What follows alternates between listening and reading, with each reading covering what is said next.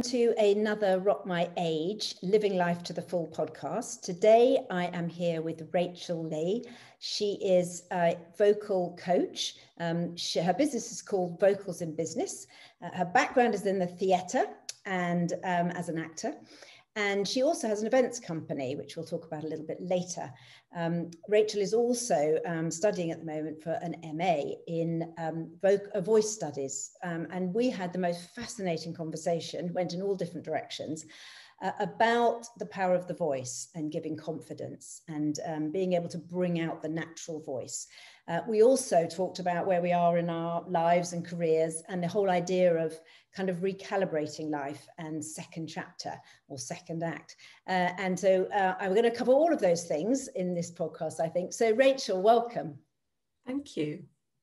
Lovely to have you here. So first, maybe just a little bit of background in how you got into vocal work, why you got in, why is it your passion? And perhaps talk a little bit about how you find this aspect of bringing the voice to bear in building confidence.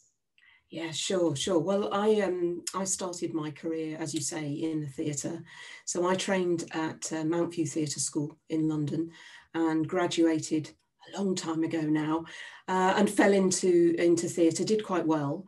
And then I fell by accident into the event industry, and the event industry at that time, so we're talking 27 odd years ago, was quite a young and fresh business. It was an industry that really didn't know the world as it knows it now.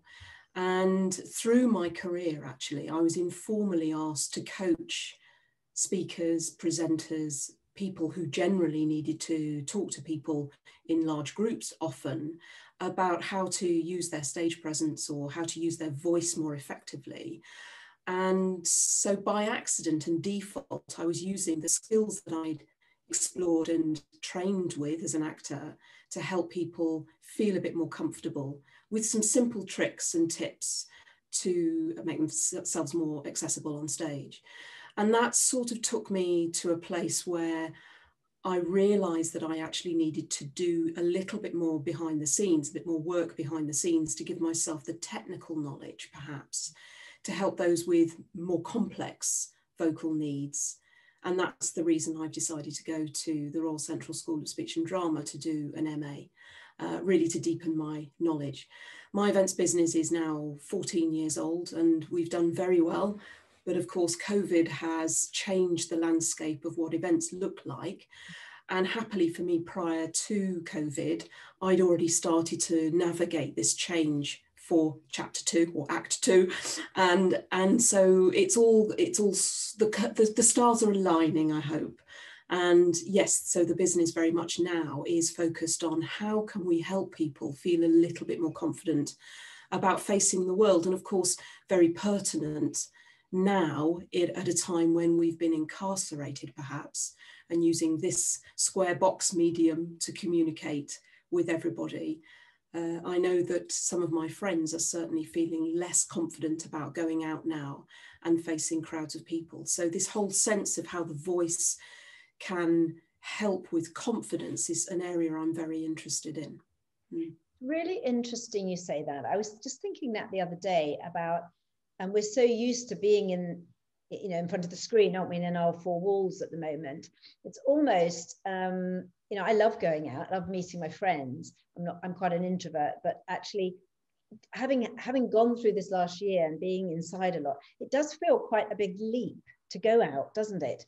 And then perhaps even to go out and start presenting in front of people again, where you've been presenting up to now on the screen. And is that what you're hearing as well from people? Yeah, there's two sides of that. I think that absolutely there is this sort of sense that we now live in a little square box and that's our world and we don't step outside of that square box. But I think one of the byproducts of the incarceration, as I call it, with COVID, the lockdowns, is just generally that it's increased our levels of anxiety. And of course, that physically manifests itself in all sorts of different stresses and strains and tensions and so on, that previously we would have exercised or exorcised in some sort of way, maybe by going to the pub or going to a concert or exercise in a group that perhaps we don't do so much now. And of course, the training that I'm doing is reinforcing the principles of releasing any tension, focusing on posture, bringing in the principles around the breath to supply the energy and so on and so forth. Before we even start to speak, it's thinking about the body. And that's where the marriage of mind, body, breath, for me, comes to help fuel those things that perhaps make us feel a bit more confident when we step out of the door. So I want to bring that to people's attention, really, and just, I suppose, in the spirit of kindness, with the wellness movement now, is just elevate those elements to the fore. And when people come to you, Rachel, in terms of confidence per se, what are some of the things that you work with them on to increase that confidence through the voice? So is it around pitch of voice? Is it, getting from the breath so that you get more kind of tonality? I'm just, where are the things that you work with them on? I'm interested to kind of know what are the, maybe a few little ideas about that for people that are listening. So classically, the main issue that we come across, or I come across, is tension. So typically somebody would be speaking with an upper voice perhaps, and they're straining their throat because they've just not realized that they're holding tension perhaps in their shoulders or in their back or in their neck. And all of that can be helped with releasing the tension. So doing some deep relaxation, and then focusing on how the breath actually works. So we say dropping the breath into the body. Most people, when they're lacking in confidence or a little bit nervous, will start to breathe from their chest. So they'll snatch breaths right up into the chest. And of course, we need to allow that breath to fall down into the lower depths, shall we say. And that in turn then helps with the idea of pitch and support. It helps people finish sentences, to speak with longer sentences perhaps, or avoid this feeling that they're going to run out of breath. You'll never run out of breath. The body is an amazing tool, and the in-breath is actually a reflex action. So you'll never run out of breath. But of course, our mind plays a trick when we're a little bit tense to say, oh, I'm going to run out of breath. So yes, so classically those are the key issues that at this beginning stage, people tend to need to work on first, before we then look at perhaps pitch issues or resonance issues. Perhaps there's a little bit too much nasality in a voice, or consonant issues where they perhaps there's a little bit of lack of muscularity in the tongue perhaps, before we get on to other speech issues as well. Most things can be fixed with good relaxation, posture and breathing. Interesting. And I often am aware myself, I can talk quite fast, particularly in meetings. And I'm wondering, is there also something about speed? Because I know myself, I coach on the executive side, with the importance of the power of the pause. And taking that time, there's almost a reflection time sometimes. It's very powerful. Do you work with that as well, where you work with the speed of how someone is talking and things like the power of the pause? Yes, absolutely. And it's interesting, isn't it? And particularly in this forum, we feel that we can't use the pause to its greatest effect. And what we need to remember, of course, is that our audiences are hearing the information for the first time. So you can afford to take your time. You can afford to take a thought change. Interestingly, when I'm encouraging people to speak, and I work with quite a few young people as well who are perhaps presenting for the first time, I encourage people to write their script as they would speak and include the pauses and include the way, the intonation that they would use in their presentation style. And that tends to help them write in their own thought patterns, because of course an actor speaks in thoughts. A script is written in thoughts. So it's natural that the pace of the presentation will then follow suit. If you try to structure it in thoughts rather than long business speak that we can then find ourselves being tripped over with. Yeah. That's really interesting, isn't it? The difference between speaking words and the thought. And of course, the thought takes longer sometimes and more reflection. And therefore, the speech, our words, has to catch up with the thought, doesn't it? Yes. So, yes. interesting. Yes. Interesting. Got it. The other thing I wanted to just, we talked a little bit about the link really to your studies. And you have been studying with younger people as well as older, I'm sure. And likewise, I think we shared, I've been doing French studies. That's right. And the same sort of applied to me about working with young people. I found great, I loved the energy of being in a classroom again, and a classroom with young people. And I think you found that, and we both talked about this aspect of sort of, I suppose, something around, you know, what we bring as we get later in our life to them, as much as younger people bring to us. And we were talking, you and I, about sort of where does maybe our wisdoms or our experiences, perhaps let's use that word, come to the fore for them and for people in the workplace, for example. And so what was your perspective on that, Rachel?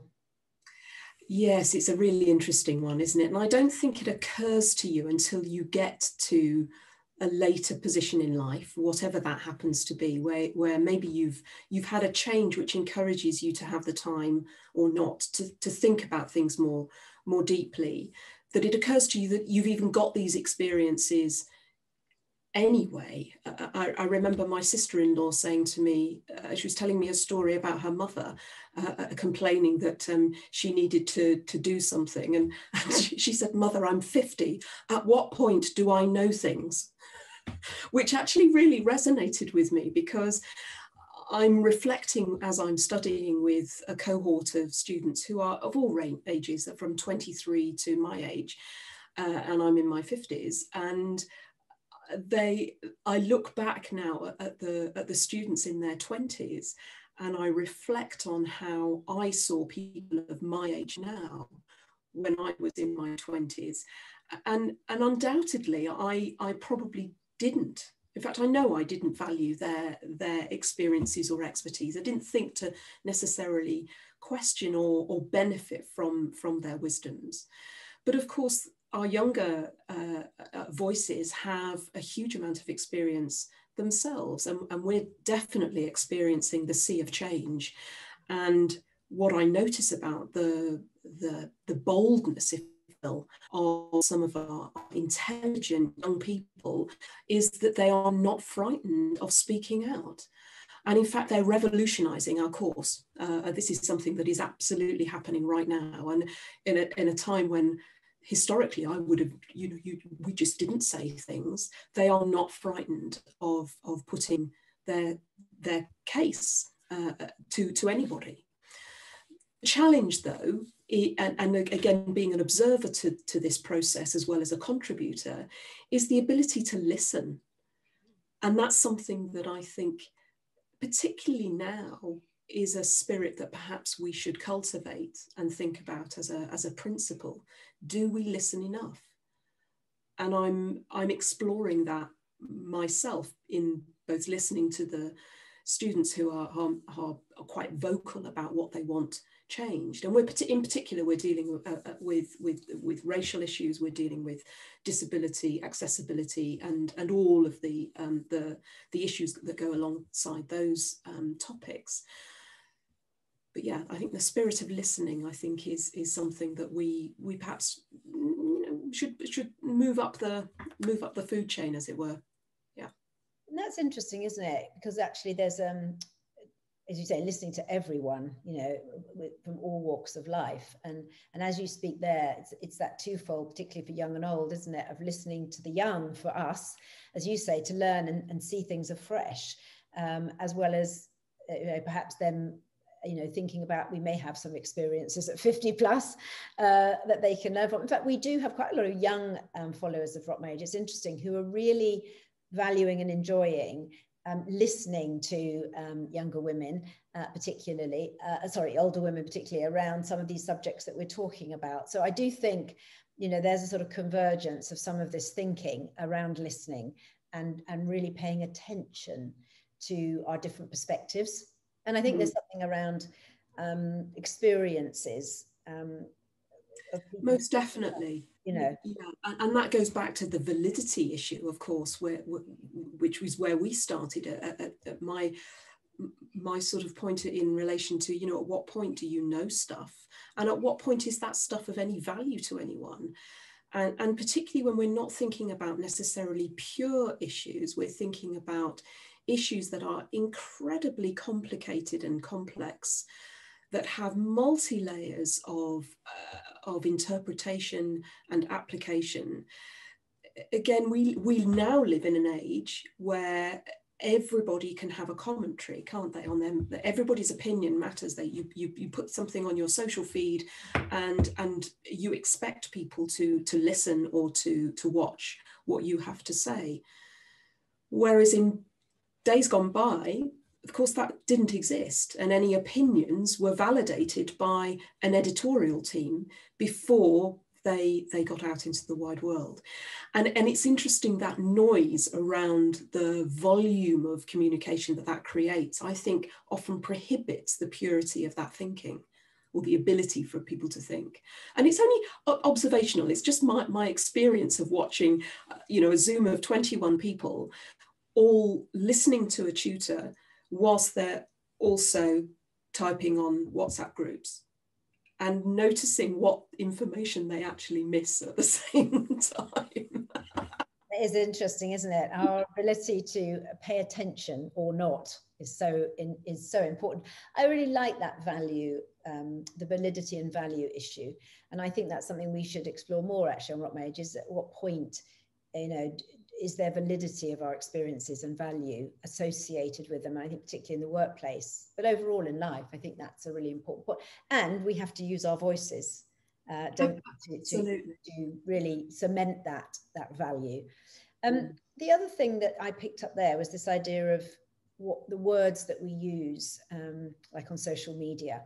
And when we think about the power of the word, you know, often in spirituality, and we talk a lot about the power of the word to raise our vibration or to raise our energy, let's use that word, and positive words can help to raise our energy. And I think more and more, particularly with social media, it feels like that's a really important part of what we do. And maybe as an older generation, we can, you know, we are very young and vibrant, you know, whatever age, 40, 50 plus, we often talk, Debbie and I, about the fact that we have so much energy now, and partly perhaps we don't have so many, you know, things that we're trying to juggle as when we were younger. And so I think there's something there for us about really helping people and perhaps leading the way and leading by example around the choice of our words. And I love a book. There's a book called Power versus Force, by a guy called David Hawkins. And he talks about ability to raise our energy or deplete our energy using particular words. So for example, he says, you know, use the word abundant versus excessive. And when you say that, you say abundant, it's very lifting; excessive, it's very heavy. We say kind, cruel. You know, kind is a very uplifting, it lifts, I can feel it in my body. Cruel has a, you know, heavy energy. Noble is an uplifting. Pompous has a, so it's really interesting. You know, confident has a forward momentum. Arrogant has a harsh energy to it. So I think using words, and particularly now in this environment where words are just used and pushed out so fast, and perhaps without too much thought, for us to, as you say, you know, guide and lead by example on listening and the power of the word are really opportunities and important, aren't they? I think that's a huge thing, absolutely, and it very much resonates with my vocal studies training, which is all about embodying the words that we use. And if you, another expression that I think about, what comes to my mind when I think about embodying, it's actually sort of living the words, being the words. And so absolutely that sort of thought process in terms of what is most appropriate. You know, here in England, we are so lucky. We have a language which is incredibly rich, and we don't use anywhere near as much as we possibly could. And it's only when you start looking for the words that you realize just how much is out there.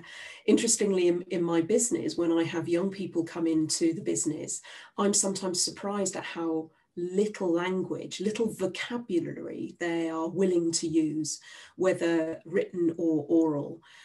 One of my pet hates actually is to repeat words in a sentence. When I see that written down in an email, I think, how can this be? And I'm quite vicious when it comes to pulling out more vocabulary to explain how we want to get something across. And there's more than one reason for that. One is to capture imagination and to ensure that the message gets across, because we have a habit now of overwriting or overspeaking, and often not using language fully enough. So we tend to keep going round and round in circles, and then we wonder why we either confuse people or bore them. So I think absolutely language, vocabulary, and the words themselves have a huge opportunity. I've rediscovered poetry, and I'm starting to use poetry now to serve myself in terms of self-growth and celebration, if you like. Yeah.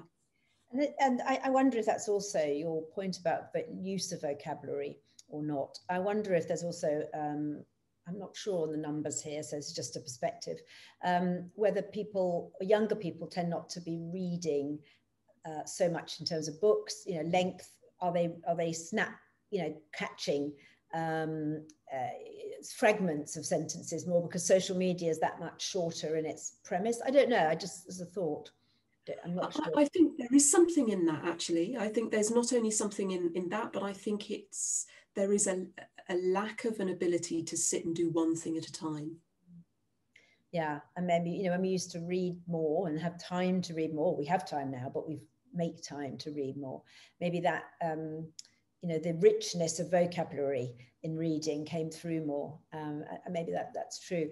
In terms of sort of recalibration of your life, we talked a little bit about that, Rachel. How is that for you now? I mean, is life going to go off in many different directions? Do you see that happening now for you, having added the coaching and other aspects? What's your sense of that? I really hope so, actually. I mean, I feel very excited about chapter 2, act 2, in actor speak. Of course, we all want the lockdown to end, and I strongly suspect that the avenues for both my businesses actually will improve as we come out of the lockdown. And I very much hope that the spirit of what I'm talking about actually is something that people are going to be interested in. But having stepped into the world of education, and believe you me, it's very, you know, studying at university, I didn't go to university first, I went to drama school, you know, and I don't have a degree first. So writing academically is, it's quite hard work, and it's testing me. The whole spirit of research and so on is an exciting test. But I'm using that as an opportunity to explore what I want for the future and who I want to be going forward. Undoubtedly, education is something that I will always use in one way, shape or form, whether it's through coaching, groups, one-to-one, corporate groups, private groups, and so on. But I'm very interested in expanding the power, if you will, of the vocal coaching principles, the posture, the breath, the energy that comes, presence, how do we use words, how do we use text, storytelling, and so on and so forth. I'm very interested in taking that into the mental health arena and also into the general communications arena. And in exactly the way that we've just outlined, I don't think general communication is necessarily taught or the door is not necessarily opened as fully as it possibly could be for our young people to enjoy the power of communication literally in the way that perhaps would serve them both as well. That's so interesting. And I think particularly on the mental health side, this idea of the power of the word again, and kindness to people, particularly in times of anxiety like now, can be so powerful, can't they? And storytelling, helping people to tell their stories and find comfort in those stories or stories of others, and feeling that they're not alone with their storyline, I think it's so powerful. So all of this has such a big part to play, doesn't it? And particularly in helping us to emerge, I suppose, from lockdowns and COVID. Yes, absolutely. And I don't think the power of being locked down should ever be underestimated. This is a sign of the future. So I think there are small steps that can be taken, and talking about the issues and giving people a little bit of a clue as to how they can serve themselves is a great step. Sometimes people just can't take on too much. They need to work within the boundaries that they set themselves. But if they don't know something's there, then they don't know what they can do to help themselves. So yes, it's a spreading the word as much as being the word. You just said something there, Rachel, boundaries. It's something we do a lot of work on with our coaching as well, how important boundaries can be for people. And setting healthy boundaries. Do you find the work that you do with the voice helps people to set boundaries, and are there ways that you found work really well on that basis?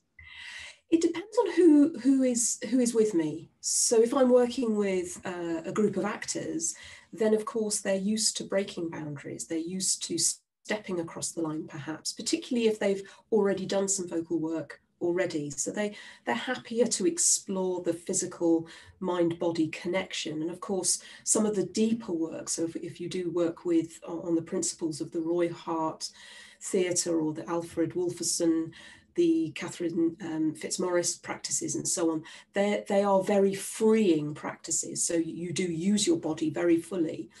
I'm working with a group of technical people at the moment on a confidence building workshop, and I get very little because, and that's not because they're not receiving and processing information, they're just not quite as ready to come out of themselves. So boundaries are very important for me to respect as a tutor, and to offer stepping stones, if you like, to help just move those boundaries a little bit further away. Always with sensitivity and kindness, to use your expression, because we've all been in a place, I'm sure, if we scratch the surface fully enough, where perhaps we felt, actually, no, the world isn't what we expected it to be, and we need to just bring ourselves back to a place of comfort. And then when we feel a little bit more confident, or we see something which intrigues us, we can then move those boundaries again. So having flexible boundaries, I think, is important. Yes, and that's a very important aspect of mental health again, isn't it? And the ability to use the voice sometimes and our body to set boundaries is so important as well, to keep ourselves safe sometimes, and to build healthy relationships. I often talk to women who've got later on in life and have really struggled to set healthy boundaries, and the voice can play a very important part in that, can't it? To say, no, be able to say no, or, this is actually what I want, and to speak up sometimes. So there's very powerful tools. You talked about the power of communication. I think that's just such a perhaps still underused, or there's a lack of understanding sometimes about the power of communication. Well, if you think about it this way, you wouldn't expect to run a marathon without doing some physical preparation. And yet you expect to be able to speak freely in whatever way, whether it's speaking to a solicitor about buying a house, or whether it's speaking to somebody to buy something in a shop. You expect to be able to do those things without any sort of preparation at all. But in actual fact, the voice is a muscle. So it will serve us better if we respect it as a key part of our physicality, and get to a point where we can understand it a little bit more fully.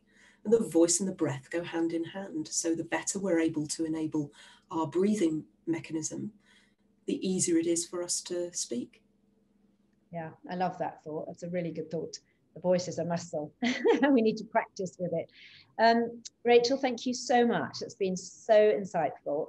It's been a really lovely, for me, I'm fascinated by the topic of language and communication and the voice and the pause and all of those bits in between. So I'm thoroughly enjoyed it. Thank you very much. And Rachel's business, Vocals in Business, I will put the links on all of our normal channels, and she also runs a consulting business, so I will also put that. Rachel, many, many thanks. It was lovely to have you with Rock My Age. Thank you very much indeed. Thank you. And we'll tune in again for another Rock My Age series on living life to the full very soon. I hope you enjoyed the conversation today, and if you'd like to listen to more conversations with inspiring women, do look at our website, rockmyage.com, or register to have them delivered direct to your inbox. Until next time.